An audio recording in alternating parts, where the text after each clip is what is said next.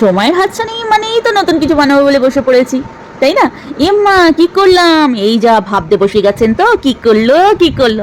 আরে বাবা, শেষ অবধি দেখতে হবে তো নাকি।